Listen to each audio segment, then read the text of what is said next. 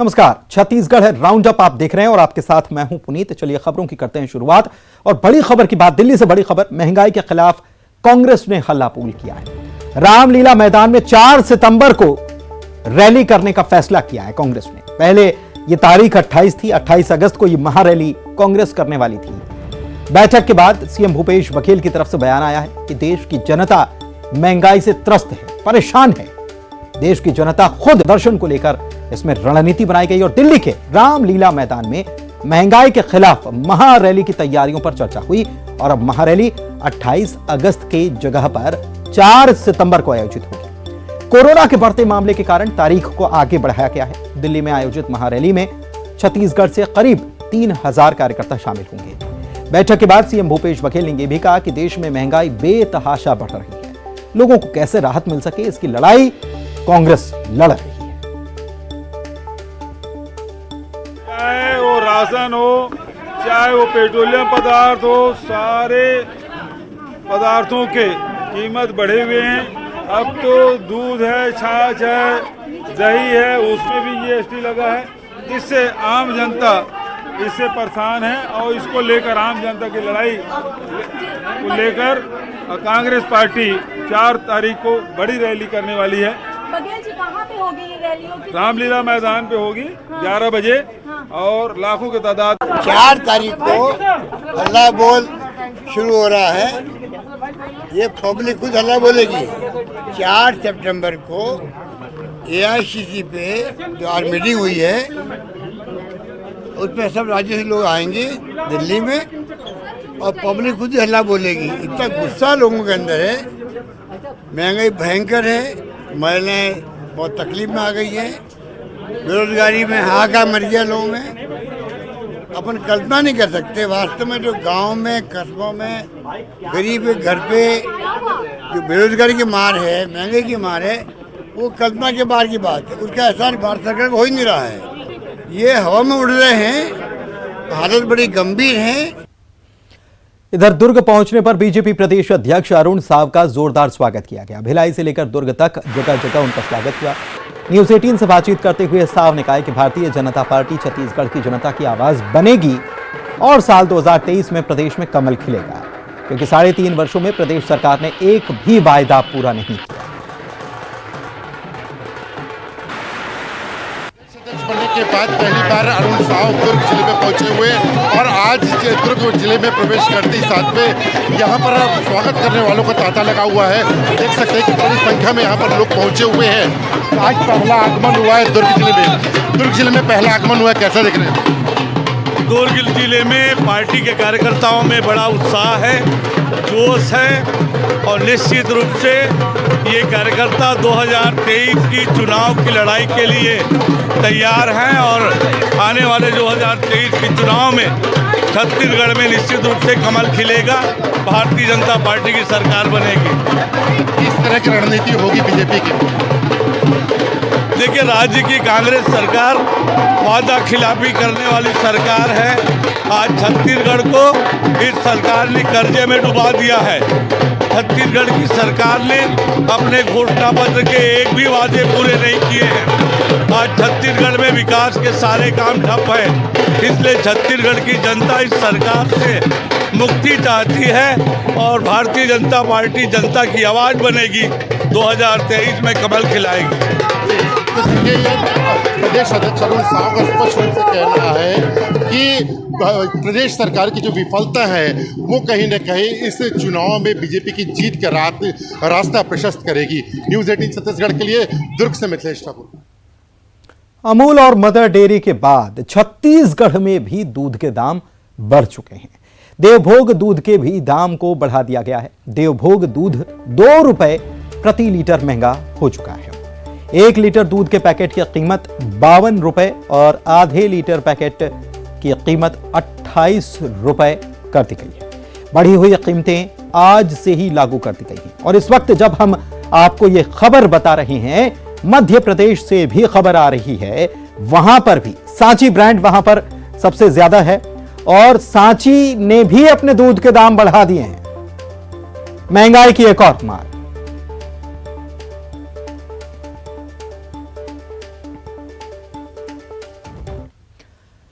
छत्तीसगढ़ में फिर से रेल यात्रियों की परेशानी बढ़ गई है, क्योंकि रेलवे ने एक बार फिर से 62 ट्रेनों को रद्द कर दिया है। 21 से 31 अगस्त तक ये ट्रेनें रद्द रहेंगी। नॉन इंटरलॉकिंग वर्क के कारण ट्रेनों को रद्द करना बताया गया है कि ये काम हो रहा है, इस वजह से ये ट्रेनें रद्द हो गई। हिमगिरी स्टेशन में कनेक्टिविटी का काम होगा, नॉन इंटरलॉकिंग का काम भी होगा। प्रभावित ट्रेनों में एक्सप्रेस और पैसेंजर मेमू ट्रेनें भी शामिल हैं।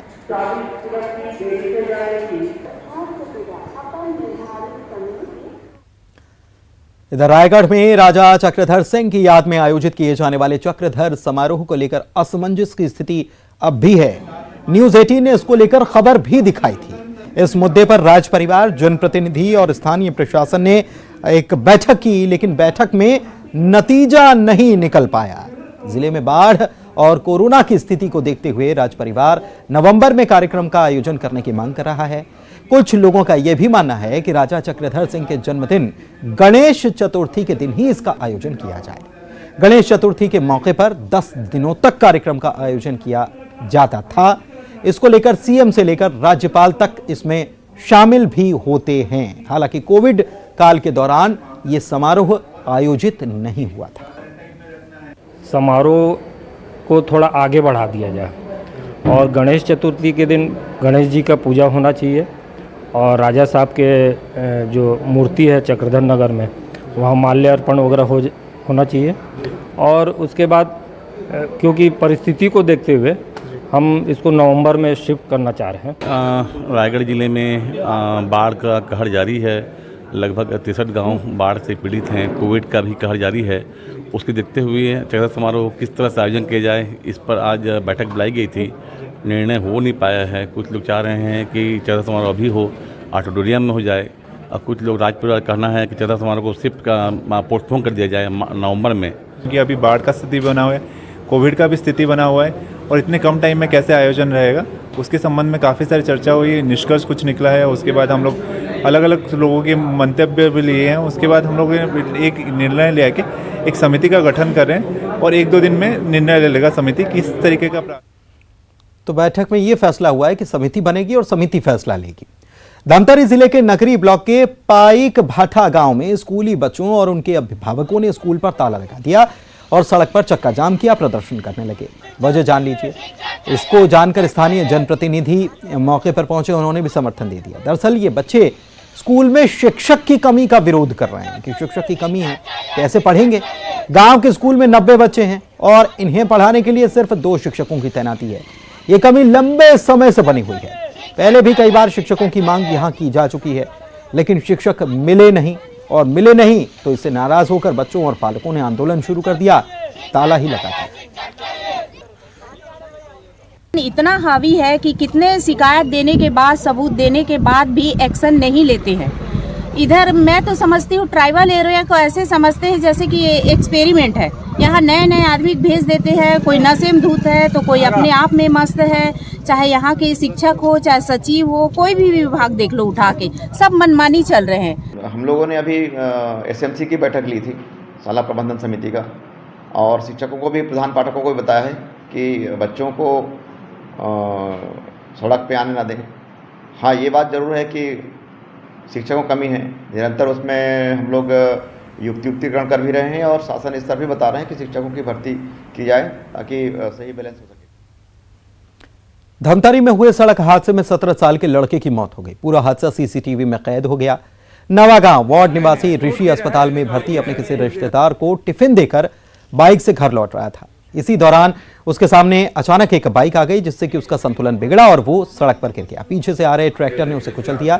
उसकी मौके पर ही मौत हो गई। मामले की खबर मिलते ही मौके पर पुलिस पहुंची, शव का पोस्टमार्टम कराकर परिजनों को सौंपा।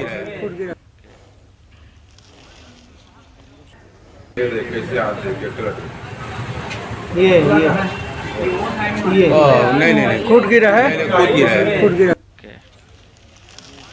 जिला अस्पताल से अधेरी नौगांव जा रहे थे। उसी दरियान में अधेरी नौगांव के मोड़ में टर्निंग है, उस दरियान में वहाँ से एक ट्रैक्टर निकल रही थी अधेरी नौगांव के बस्ती से। उसी दौरान में एक्सीडेंट हो गए। उस दौरान में इसका फौत हो गया। मुंगेली जिले में भी अधिकारी कर्मचारी 22 अगस्त से एक बार फिर से काम बंद, कलम बंद, बेमियादी हड़ताल पर जाने की तैयारी में हैं।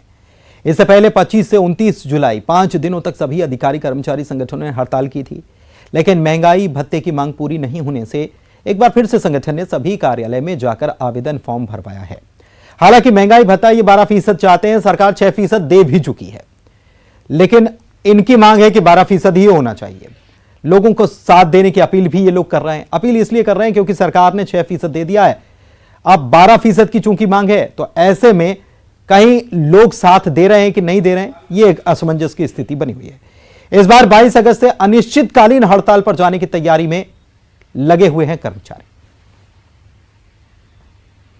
मैं शासन से आग्रह किया था कि 12% महंगाई भत्ते की जो किस्त लंबित है हुआ और 7वें वेतनमान के अनुरूप गृह भाड़ा भत्ता प्रदान किया जाए, परंतु शासन के द्वारा इन सारे मांगों को दरकिनार करते हुए कोई समाज हिंसा की स्थिति निर्मित की गई, जिसके कारण कर्मचारी आक्रोशित एवं आंदोलित हुए और पहले से तयशुदा कार्यक्रम के अनुसार चौथे चरण में हम 22 तारीख से अनिश्चितकालीन आंदोलन। कोंडागांव में एक सप्ताह तक हुई आफत की बारिश के बाद शहर में गंदगी और अव्यवस्था आफत बन गई है। नालियां कचरे से जाम हैं, गंदा पानी सड़कों पर बह रहा है, इससे लोगों को बीमारियां फैलने का खतरा सता रहा है। करोड़ों रुपए खर्च कर नगर पालिका में सफाई के लिए खरीदी गई गाड़ियां शोपीस बनी हुई हैं। शहर के विकास को दिखाने के लिए प्रगति पथ और गौरव पथ जरूर बन गया है, लेकिन दूसरे पथ भी आप देख रहे हैं। तस्वीरों के माध्यम से हम बता रहे हैं कि कौन से पथ में कहां कैसे हालात है। एक पथ ये भी है प्रगति और गौरव के अलावा, इस पर भी एक सप्ताह की बारिश के बाद बड़े बड़े गड्ढे बन चुके हैं। कोंडागांव नगर पालिका क्षेत्र में देखेंगे कचरे की वजह से नालियां जाम है, और अभी जो तेज बारिश हुई, एक हफ्ते की बारिश हुई, उसमें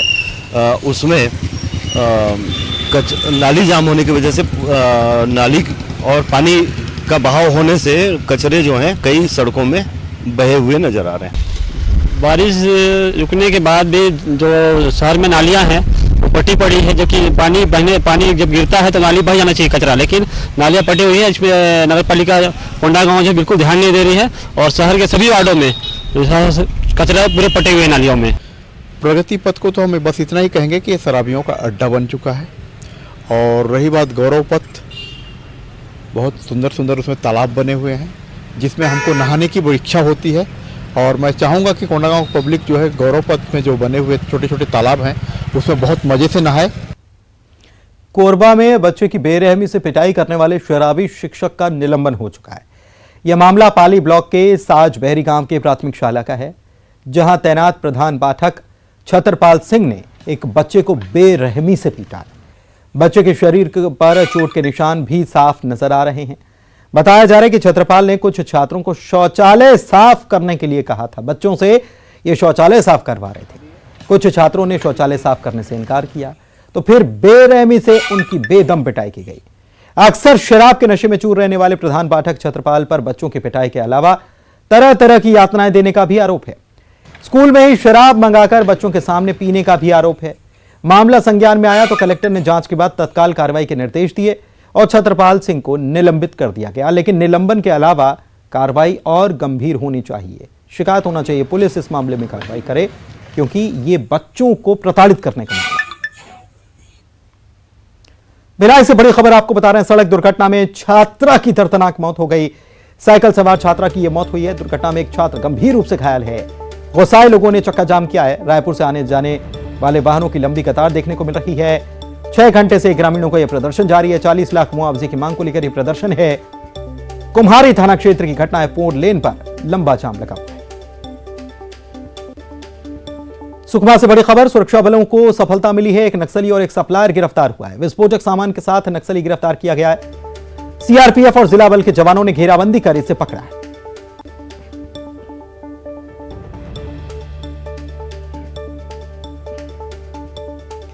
और महंगाई के झटके वाली खबर भी आपको बता दें, पहले भी मैंने आपको खबर बताई कि देवभोग के साथ सांची के दाम भी बढ़ गए।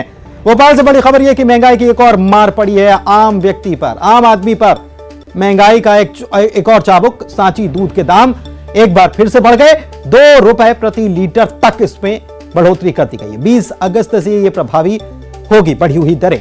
फुल क्रीम दूध जो है ये 500 ml यानी कि आधा लीटर 30 रुपए में मिलेगा। 60 रुपए लीटर हो गया ऐसे, लेकिन अगर 1 लीटर लेते हैं तो 59 रुपए में होगा। दूध शक्ति जो है यह आधा लीटर 28 रुपए में मिलेगा। टोन्ड मिल्क आधा लीटर 25 रुपए में मिलेगा। डबल टोन्ड आधा लीटर 23 रुपए में मिलेगा।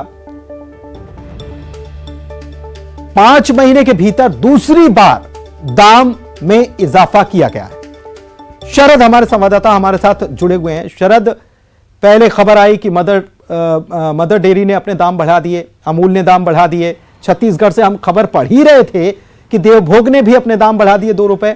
इसी दौरान मध्य प्रदेश से फिर से खबर आई कि 5 महीने में फिर से सांची के दाम बढ़ गए।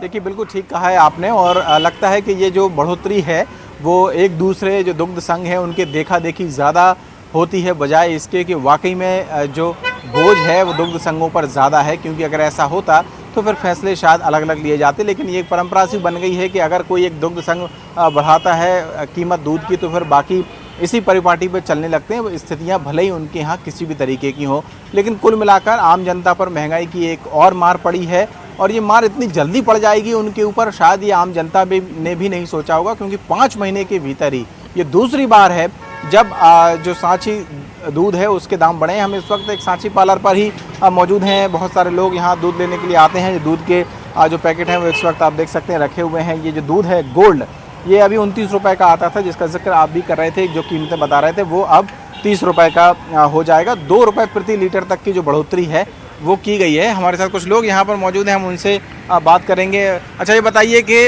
अभी सांची दूध के दाम कुछ महीने पहले ही बढ़े थे, अब फिर से 2 रुपये प्रति लीटर तक की बढ़ोतरी होने जा रही है। कितना आपको लगता है कि इससे बोझ बढ़ेगा घर पे?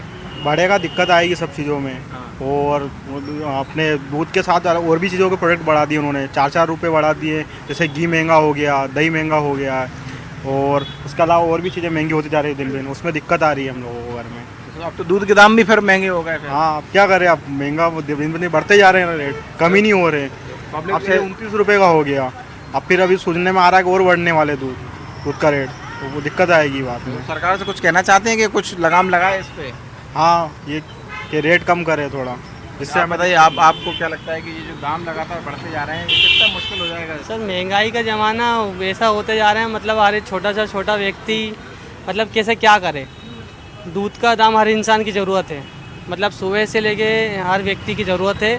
और जब ऐसी महंगाई बढ़ती जाएगी तो इंसान क्या करेगा, और हर चीज़ पे टैक्स भी लगने लग गया है, तो मतलब हर छोटा व्यक्ति कैसे क्या कर सकता है, आप बताइए। तो उसकी कोई सुनवाई है कि नहीं है? सर देखिए, सुनवाई तो अब सिस्टम ही अपने आप पे ऐसा है कि यदि कुछ अच्छा होता है तो उसके लिए कुछ अच्छा होना चाहिए।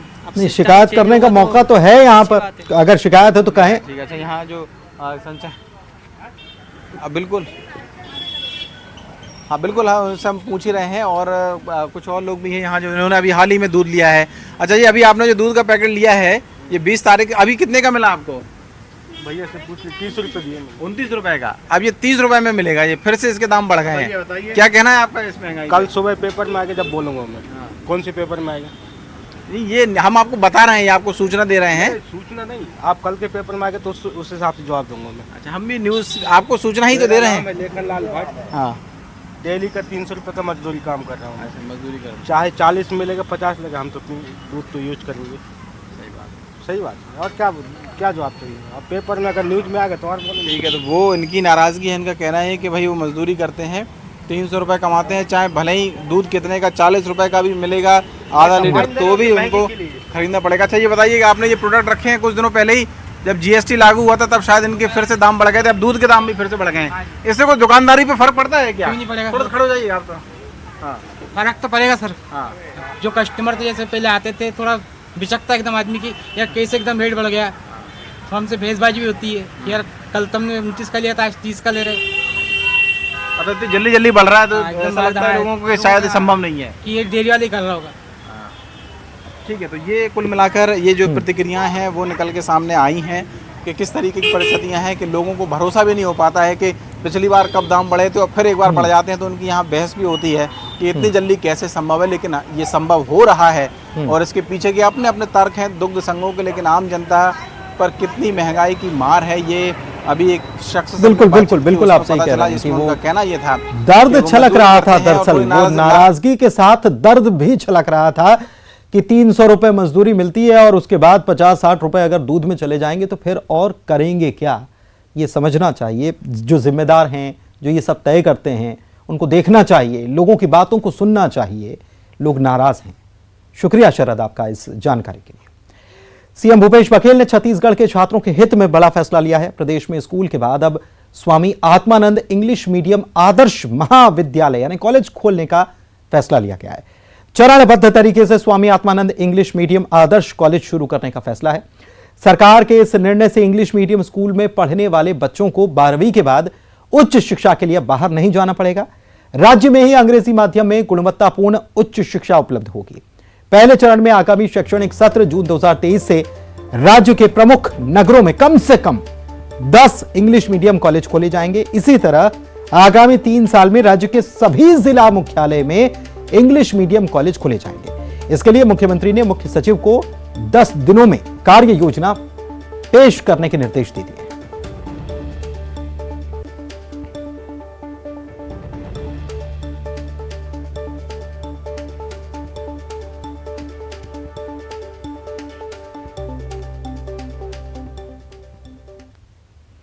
और इसी के साथ छत्तीसगढ़ राउंड अप के इस बुलेटिन में फिलहाल इतना ही, लेकिन खबरों का सिलसिला बदस्तूर जारी है।